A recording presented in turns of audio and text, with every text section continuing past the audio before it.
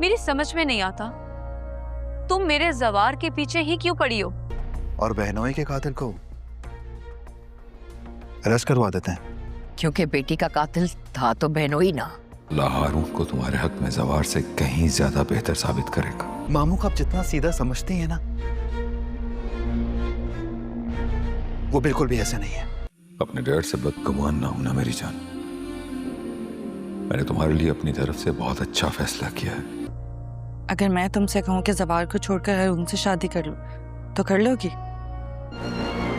बेटी के कातिल को वो छोड़ देते हैं। मीर behzad जाकर अपने बचपन के दोस्त इजाज के सामने अपनी बेटी की खुशियों के लिए हाथ फैलाने वाला है। और मीर behzad जिसको किसी भी चीज़ की कमी नहीं है, वो आज इजाज के सामने अपनी बेटी की खुशियां मांगने वाला है, क्योंकि उसको ये बात समझ आ चुकी है उसकी बेटी पारस जवार के बगैर नहीं रह सकती। भले ही उसने अपनी बेटी की शादी हारून से करने का फैसला कर लिया है, लेकिन उसको ये बात मालूम है मेरी बेटी कभी भी हारून के साथ खुश नहीं रहेगी और ना ही हारून उसकी हिफाजत कर सकता है। उसके लिए सबसे बेस्ट सिर्फ जवार ही रहेगा। इसीलिए वो अपने बचपन के दोस्त के पास आकर अपनी बेटी की खुशियां मांगेगा। और वहीं दूसरी तरफ पारस भी रेशम से ये बात कहने वाली है, मैं चाहती हूँ कि तुम जवार को छोड़कर हारून से शादी कर लो। हारून तुम्हारे लिए बेस्ट रहेगा, वो बहुत ही ज़्यादा अच्छा है, तुम्हारा ख्याल भी रखेगा।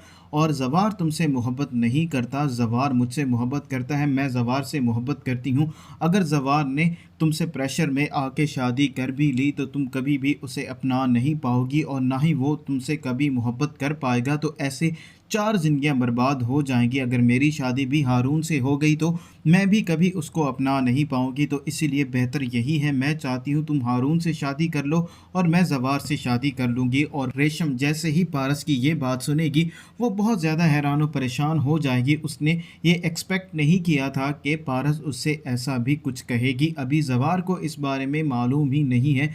जवार उससे अपनी मोहब्बत का इजहार तो कर चुका है, लेकिन उसके साथ ये बात भी बोल चुका है कि वो पारस को अपना नहीं सकता। और वहीं दूसरी तरफ आफताब और शाहीन भी ये बात कर रहे होते हैं। आफताब को ये बात बहुत ही ज़्यादा खटक रही होती है कि कैसे मीर behzad ने अपने बहनोई के कातिल को तो गिरफ़्तार करवा दिया है, लेकिन अपनी बेटी के कातिल को छोड़ दिया है, ऐसा कैसे मुमकिन है। तो शाहीन अपने बेटे को समझाएगी और उसे यही बात करेगी उसकी बेटी का कातिल तो उसका बहनोई ही था, इसीलिए उसने अपनी बहन और भांजे की खातिर ही उसको कुछ नहीं कहा।